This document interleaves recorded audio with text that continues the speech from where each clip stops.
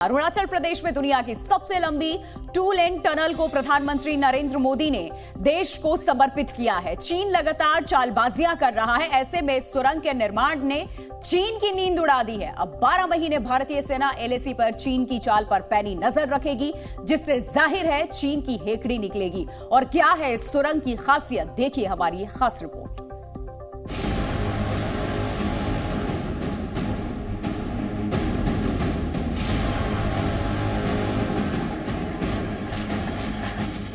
ये सुरंग चीन के दरवाजे तक जाती है। अरुणाचल प्रदेश की धरती से सेला टनल के उद्घाटन की तस्वीरों को देख चीन तनाव में आ गया है। ये टनल देख उसके सीने पर ड्रैगन लौट रहा है। चीन अक्सर भारत के खिलाफ एलएसी पर चालबाजी करता रहा है, लेकिन अब उसके लिए ऐसा करना आसान नहीं होगा, क्योंकि अब भारतीय सेना हर मौसम में, किसी भी वक्त, किसी भी हालत में चीन को सबक सिखाने के लिए बिना देरी किए करारा जवाब दे सकेगी।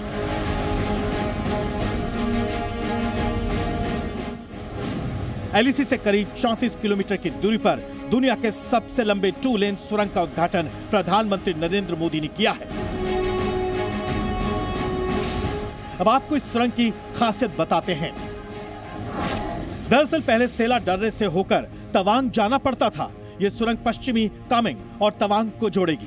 सेना को तवांग पहुंचने में 10 किलोमीटर कम दूरी तय करनी पड़ेगी। सेना किसी भी मौसम में, किसी भी वक्त एलएसी तक आसानी से पहुंच सकेगी। चीन की सीमा पर तैनात सैनिकों को रक्षा उपकरण, रसद, हथियार, मशीनरी उपलब्ध करा सकेगी। प्रतिदिन 3000 कारों की भी यहां से आवाजाही हो सकेगी और 2000 ट्रकों की आवाजाही भी आसान हो जाएगी। सीमा पर भारतीय सेना को जहां चीन जैसे चालबाज से निपटने के लिए आसानी होगी, वहीं प्रधानमंत्री नरेंद्र मोदी ने देश के नौजवानों को भी सेला टनल देखने का न्योता दिया है, ताकि वो देखें कि भारत अपने दुश्मनों पर कैसे बीस पड़ता है। मोदी पार्लियामेंट मेंबरों की गिनती करके काम नहीं करता है, देश की आवश्यकताओं को ध्यान में रख के काम करता है। केंद्र में मजबूत और राष्ट्र हित को प्राथमिकता देने वाली सरकार ने 13,000 फीट की ऊंचाई पर, मैं तो देश के नौजवानों को कहूंगा कि इस टनल को देखने के लिए आना चाहिए। जाहिर है चीन की आंखें भारतीय सेना की बढ़ती ताकत देख चुंधियाती जा रही हैं। दरअसल चीन लंबे समय से तवांग से भारतीय सेना की गाड़ियों के मूवमेंट पर नजर रखता था, लेकिन इस सुरंग के खुलने से भारतीय सेना की गाड़ियों पर चीन निगरानी इतनी आसानी से नहीं कर पाएगा। आपको बता दें कि ये 13,000 फीट की ऊंचाई पर है और इसको बनाने में 825 करोड़ रुपए की लागत आई है। चीन की परेशानी का कारण यह भी है कि भारत चीन के साथ सीमा विवाद के बीच एलएसी पर सैनिकों की तैनाती लगातार बढ़ा रहा है। हालत यह है कि चीन अब भारत से शांति की बात पर जोर देने की गुहार लगा रहा है। एक बयान के मुताबिक चीन सीमावर्ती क्षेत्रों की शांति और स्थिरता की रक्षा के लिए भारत के साथ मिलकर काम करने के लिए प्रतिबद्ध है। हमारा मानना है कि भारत का कदम शांति की रक्षा और तनाव कम करने के लिए भी अनुकूल नहीं है। दरअसल चीन एलएसी पे भारत को गीदड़ भभकी दे रहा है, जिसका जवाब भारत समय समय पर देता आया है। एलएसी के पास पेंगोंग झील क्षेत्र में हिंसक झड़प के बाद 5 मई 2020 को पूर्वी लद्दाख सीमा पर गतिरोध पैदा हो गया था। जून 2020 में गलवान घाटी में हुए भीषण झड़प के बाद भी दोनों देशों के संबंधों में काफी गिरावट आई। लेकिन भारत लद्दाख में पिछले 2 साल में 1500 किलोमीटर लंबी सड़क बना चुका है। इसमें 19,300 फीट पर दुनिया की सबसे ऊंची सड़क भी है, जो उमलिंग ला पास पर है और एलएसी तक जाने का सबसे बेहतर रास्ता भी। ब्यूरो रिपोर्ट, जी मीडिया। तो एक तरफ चीन की टेंशन बढ़ गई है, तो दूसरी तरफ INDIA गठबंधन भी तनाव में आ गया है। और ये तनाव इसलिए है क्योंकि पीएम मोदी ने जंगल सफारी के बहाने एक तीर से कई सियासी निशाने साधे हैं। पूर्वोत्तर को पीएम मोदी ने आज 55,000 करोड़ की बड़ी सौगात दी, तो एक बार फिर भ्रष्टाचार और परिवारवाद को लेकर के कांग्रेस को आड़े हाथों लिया है। देखिए।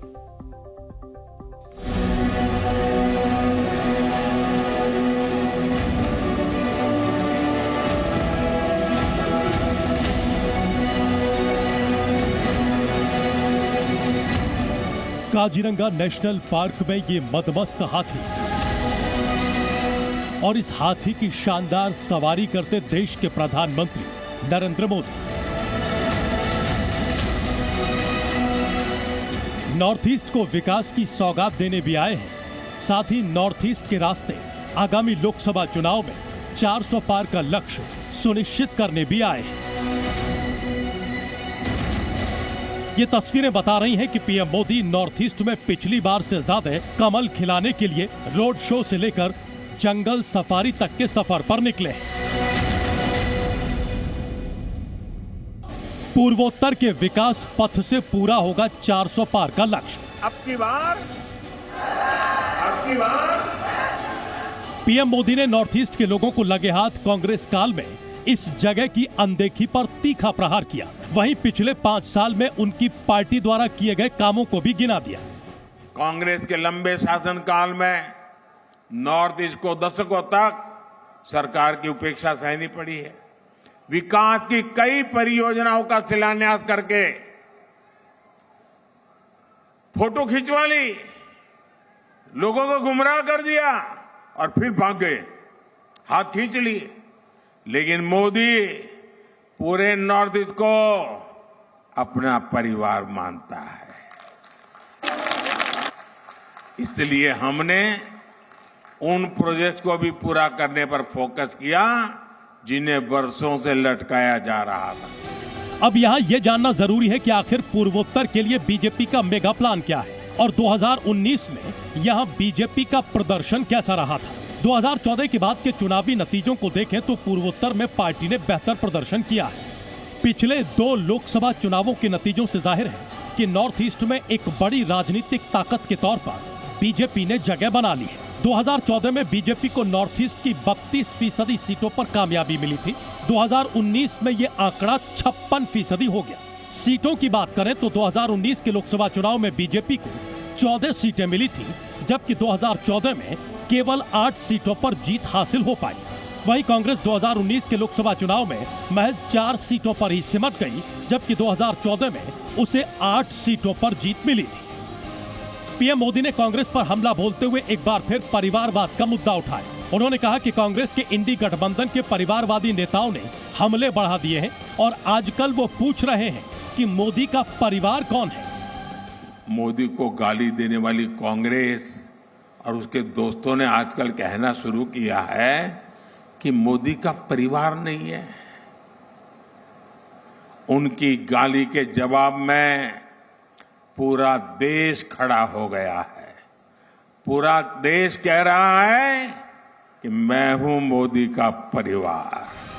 2024 के लोकसभा चुनाव का काउंटडाउन शुरू हो चुका है। जल्द ही इसकी घोषणा होने वाली है। सियासी समीकरणों को लेकर दांवपेच शुरू हो गए हैं। ऐसे में पीएम मोदी देश के पूर्वोत्तर से विकास का संदेश दे रहे हैं। पीएम मोदी कह चुके हैं इस बार 400 पार वाली सरकार बनेगी। ब्यूरो रिपोर्ट, जी मीडिया। तो एक तरफ कांग्रेस में चुनावी पतझड़ चल रहा है। एमपी के कद्दावर नेता सुरेश पचौरी ने आज पार्टी छोड़ने का ऐलान कर दिया। तो वहीं दूसरी तरफ माना यह जा रहा है कि 15 मार्च को चुनाव आयोग लोकसभा चुनाव की तारीखों का ऐलान कर सकता है। अगर ऐसा होता है तो राम लहर पर सवार बीजेपी 400 पार का लक्ष्य हासिल कर सकती है।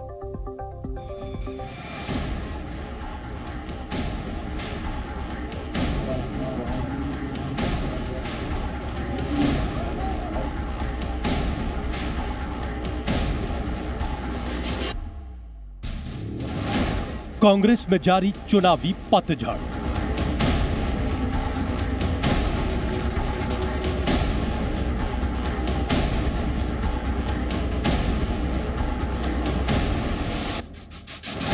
कद्दावर नेता सुरेश पचौरी ने भी छोड़ी कांग्रेस।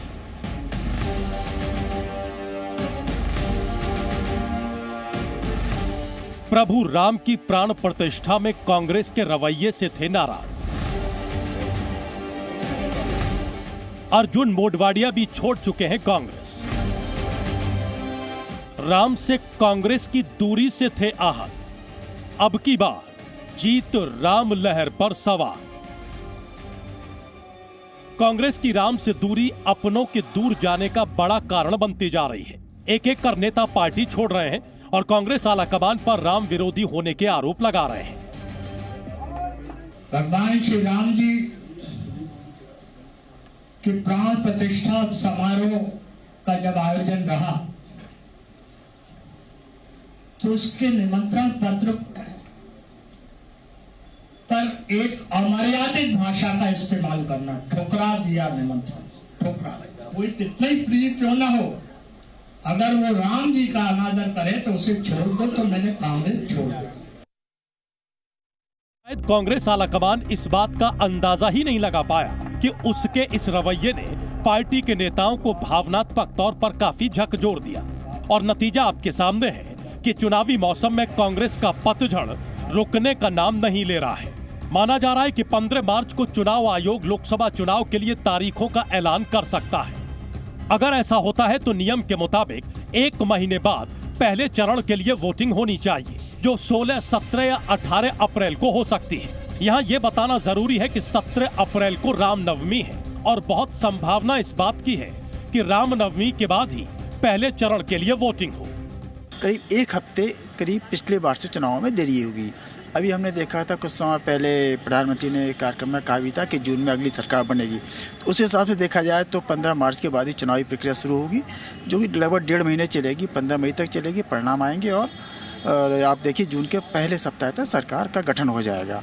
लेकिन जहाँ तक रामनवमी त्यौहार है तो इन त्योहारों को हमेशा अवॉइड किया जाता है चुनाव के हिसाब से, जिससे जनता को मतदान करने में दिक्कत ना हो, चुनाव पार्टियों को दिक्कत ना हो। विपक्षी नेताओं खासकर कांग्रेस का राम विरोधी रवैया चुनावी मौसम में उस पर भारी पड़ रहा है। आज यूपी के सीएम योगी आदित्यनाथ ने एक बार फिर विपक्ष को आड़े हाथों लेते हुए हमला बोला। सीएम योगी ने कहा कि पहले जय श्री राम कहने पर लाठी पड़ती थी, आज आस्था का सम्मान हो रहा है। याद करिए, पहले जय श्री राम का नारा लगाने पर लाठियां बरसती थी और अब दुनिया जय श्री राम का दर्शन करने के लिए अयोध्या धाम पधार रही है। ये है नया भारत, आपकी आस्था का भी सम्मान है। चुनावी मौसम में कांग्रेस की नैया हिचको लिखा रही है। अगर 15 अप्रैल को ही चुनाव की तारीखों की घोषणा होती है और रामनवमी के बाद पहले चरण की वोटिंग होती है तो बीजेपी देश में चल रही राम लहर पर सवार होकर 400 पार के अपने लक्ष्य को हासिल कर सकती है। 2019 के लोकसभा चुनाव के मुकाबले भले ही इस बार चुनाव आयोग तारीखों का ऐलान 1 सप्ताह देरी से कर रहा हो, लेकिन मतदान के चरणों की संख्या में कोई बदलाव होने की संभावना नहीं है।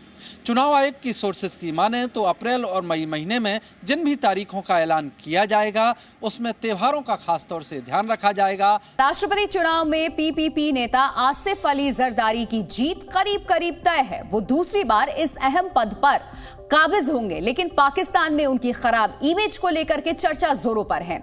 उन पर भ्रष्टाचार, हत्या, अपहरण और फर्जीवाड़ा के संगीन आरोप है। तंज कसा जा रहा है कि ऐसे दागदार को सिर्फ पाकिस्तान में ही राष्ट्रपति बनाया जा सकता है। मिस्टर 10% की बदनामी का दाग आसिफ अली जरदारी का पीछा नहीं छोड़ रहा। दूसरी बार राष्ट्रपति पद पर ताजपोशी से पहले उनकी बदनामी का इतिहास खंगाला जा रहा है, जिससे उन पर लगे बदनुमा दाग एक बार फिर उभर आए हैं। 3 साल पहले पाकिस्तान की संसद में तत्कालीन प्रधानमंत्री इमरान खान का जरदारी पर हमले का वीडियो वायरल हो रहा है, जिसमें इमरान भ्रष्टाचार को लेकर जरदारी को निशाना बना रहे हैं। पाकिस्तानी अवाम इस वीडियो को शेयर कर आरोप लगा रही है कि एक दागदार छवि के नेता की राष्ट्रपति जैसे पद पर ताजपोशी सिर्फ और सिर्फ पाकिस्तान में ही मुमकिन है। 12 साल तक जेल में रहे जरदारी की पूरी जिंदगी दागदार रही है। 2008 में पहली बार राष्ट्रपति बनने के बाद उनके मिस्टर 10% की छवि बनी। उन पर आरोप लगे कि वो सरकारी प्रोजेक्ट की मंजूरी दिलवाने के एवज में 10% कमीशन की मांग करते हैं। उन पर भ्रष्टाचार के अलावा अपहरण, हत्या और बैंक धोखाधड़ी जैसे संगीन आरोप भी हैं।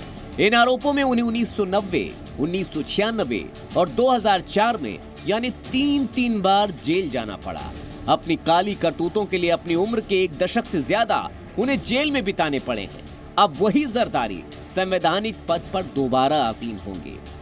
पाकिस्तान में अभी से यह आशंका जताई जा रही है कि बेशक इस बार भी वो राष्ट्रपति पद संभालेंगे, जिनके पास शक्तियां ज्यादा नहीं होती लेकिन वो शरीफ सरकार की कमजोरी का फायदा उठाकर अपने लिए मौके जरूर बना लेंगे।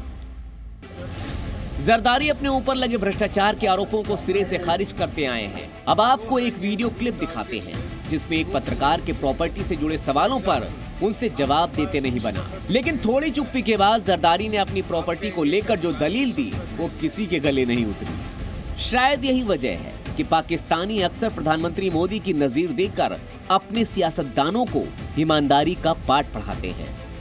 कुल मिलाकर पाकिस्तान का पूरा सिस्टम रिवर्स गियर में है, जो भ्रष्टाचार के दलदल से बाहर निकल पाने में नाकाम है, और इसका खामियाजा समूचे पाकिस्तान को भुगतना पड़ रहा है और न जाने कब तक इसी तरह पाकिस्तान भुगतेगा। ब्यूरो रिपोर्ट, जी मीडिया। खबर पाकिस्तान पर डबल स्ट्राइक की, जिससे शरीफ हुकूमत बिलबिला उठी है। चाबहार पोर्ट पर तालिबान को साथ लाने के बाद अब भारत अफगानिस्तान के जरिए पाकिस्तान पर एक और प्रहार की तैयारी में है। बताया यह जा रहा है कि कंधार में भारत वाणिज्य दूतावास खोल सकता है और इस खबर से पाकिस्तान को मिर्ची लग गई है। 4 दिन पहले पाकिस्तान की सत्ता संभालने वाले शहबाज शरीफ बीते 24 घंटे में हिंदुस्तान के प्रचंड प्रहार से बेचैन हैं। भारत ने अफगानिस्तान के जरिए पाकिस्तान की जो घेरेबंदी की है उससे मुनीर ब्रिगेड बौखला गई है। मुनीर और शहबाज की दोस्ती परवान चढ़ती उससे पहले ही पाकिस्तान के साथ खेला हो गया। मानवीय मदद देकर अफगानिस्तान के लोगों के दिल में उतरने वाले भारत ने पहले तालिबान के साथ मीटिंग की और उसके कुछ ही घंटे बाद इसका नतीजा भी दिखने लगा। पहले तालिबान चाबहार पर पाकिस्तान के धार्मिक गार्ड को खारिज कर हिंदुस्तान के साथ आया, तो अब भारत कंधार में अपना वाणिज्य दूतावास खोल सकता है। भारतीय प्रतिनिधि मंडल की तालिबानी विदेश मंत्री अमीर खान मोत्ताकी से मुलाकात के बाद से पाकिस्तान को मिर्ची लगी है, लेकिन ये तो बस शुरुआत है, क्योंकि हिंदुस्तान अब वो करने वाला है जिससे कि पाकिस्तान का बेचैन होना लाजमी है। अटकलें हैं कि भारत अफगानिस्तान में महावाणिज्यिक दूतावास खोल सकता है। बताया जा रहा है कि ये वाणिज्य दूतावास अफगानिस्तान के कंधार में खुलेगा। अफगानी शहर कंधार से भारत के रिश्ते महाभारत कालीन बताए जाते हैं। साथ ही 1999 में भारतीय विमान को हाईजैक कर यहीं लाया गया था। अब यहां भारत वाणिज्य दूतावास खोलकर एक तीर से कई निशाने करने की तैयारी में है, क्योंकि रणनीतिक तौर पर इस शहर की अहमियत काफी ज्यादा है। पाकिस्तान की सीमा से इस शहर की दूरी 400 किलोमीटर से भी कम है। यहाँ भारत की मौजूदगी की खबर से ही पाकिस्तानी हुक्मरान और सेना परेशान है, क्योंकि ये पाकिस्तान के लिए एक बड़ा झटका है। आपको बता दें कि पहले भी पाकिस्तान कंधार और जलालाबाद में भारतीय वाणिज्य दूतावासों की मौजूदगी पर आपत्ति जताता रहा है। आतंकी फैक्ट्री के नाम से कुख्यात यह मुल्क उल्टे भारतीय वाणिज्य दूतावासों पर जासूसी और सरकार विरोधी गतिविधियों को बढ़ावा देने का आरोप लगाता रहा है। लेकिन भारत का मिशन और विजन तो इन सबसे परे है। वो कंधार में वाणिज्य दूतावास खोलकर अफगानिस्तान के कारोबारियों की मदद के साथ साथ व्यापार को बढ़ाना चाहता है।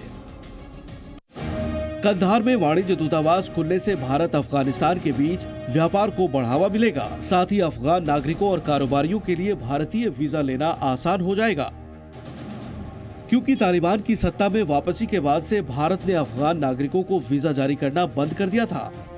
लेकिन अब काबुल के साथ सकारात्मक और मानवीय रिश्तों को बढ़ाने वाले संबंध स्थापित किए जा रहे हैं। भारत और तालिबान के बीच बढ़ती करीबी से पाकिस्तान कितना बौखलाया है, इसका अंदाजा इस बात से लगाया जा सकता है कि वो अपने इस बौखलाहट को लेकर संयुक्त राष्ट्र तक पहुंच गया। बौखलाया पाकिस्तान इतने पर ही नहीं रुका, उसने भारत से खुन्नस निकालने के लिए भी संयुक्त राष्ट्र के मंच का इस्तेमाल किया और यूएन में भारत की स्थायी सदस्यता का विरोध किया। दरअसल भारत ने G4 यानी भारत, ब्राजील, जर्मनी और जापान की तरफ से संयुक्त राष्ट्र में एक प्रस्ताव पेश किया है। इसमें मौजूदा 15 सदस्यों वाले सुरक्षा परिषद की संख्या 25 से 26 तक बढ़ाने की मांग की गई है। इसमें 6 स्थायी सदस्य और 4 से 5 अस्थायी सदस्य जोड़ने की बात है। साथ ही नए सदस्यों को लोकतांत्रिक तरीके से चुनने के अलावा वीटे में लचीले रुख की भी वकालत की गई है। लेकिन हमेशा की तरह इस बार भी पाकिस्तान भारत के प्रस्ताव के खिलाफ उतर आया। उसने सुरक्षा परिषद में सुधार के इस मॉडल को खारिज कर दिया है। इसके अलावा कहा कि स्थायी सदस्यों का कोई भी विस्तार सिक्योरिटी काउंसिल को पंगु बना देगा। पाकिस्तान को ये बात भली भांति पता है कि विश्व समुदाय उसकी सलाह कतई नहीं मानेगा, लेकिन पाकिस्तान अपनी हरकतों से बाज कहां आने वाला है। ब्यूरो रिपोर्ट, जी मीडिया। जी न्यूज़।